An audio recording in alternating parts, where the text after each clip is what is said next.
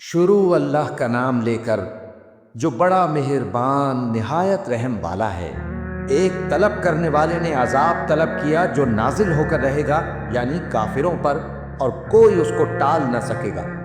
جو بلندیوں والے اللہ کی طرف سے نازل ہوگا، جس کی طرف روح القدس اور دوسرے فرشتے چڑھتے ہیں، اس روز نازل ہوگا جس کا طول 50,000 برس ہوگا۔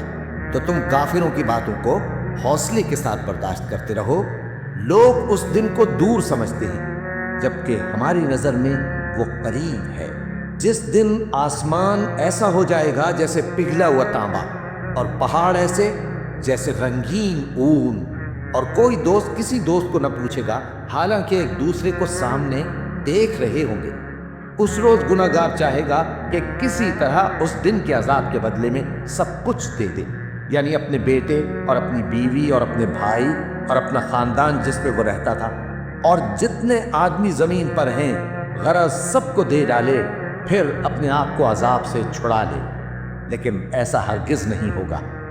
وہ بھڑکتی ہوئی آگ ہے، کھال ادھیڑ کر کلیجہ نکال لینے والی۔ وہ ان لوگوں کو اپنی طرف بلائے گی جنہوں نے دین حق سے اعراض کیا اور منہ پھیر لیا، اور مال جمع کیا، پھر سینت سینت کر رکھا۔ کچھ شک نہیں کہ انسان کم حوصلہ پیدا ہوا ہے۔ جب اسے تکلیف پہنچتی ہے تو گھبرا اٹھتا ہے، اور جب ملتا ہے اس کو مال تو بخیل بن جاتا ہے۔ مگر نماز ادا کرنے والے جو نماز کا التزام رکھتے اور ہمیشہ پڑھتے ہیں، اور جن کے مال میں حصہ مقرر ہے، یعنی مانگنے والے کا اور نہ مانگنے والے کا، اور جو روز جزا کو سچ سمجھتے ہیں، اور جو اپنے پروردگار کے عذاب سے خوف رکھتے ہیں، بے شک ان کے پروردگار کا عذاب ہے ہی ایسا کہ اس سے بے خوف نہ ہوا جائے۔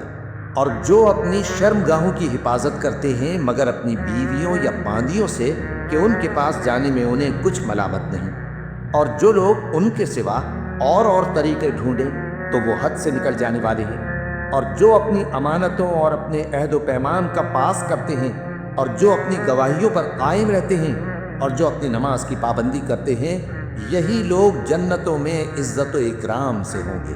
تو اے نبی، ان کافروں کو کیا ہوا ہے کہ تمہاری طرف دوڑے چلے آتے ہیں، دائیں اور بائیں سے گروہ گروہ ہو کر جمع ہوتے جاتے ہیں؟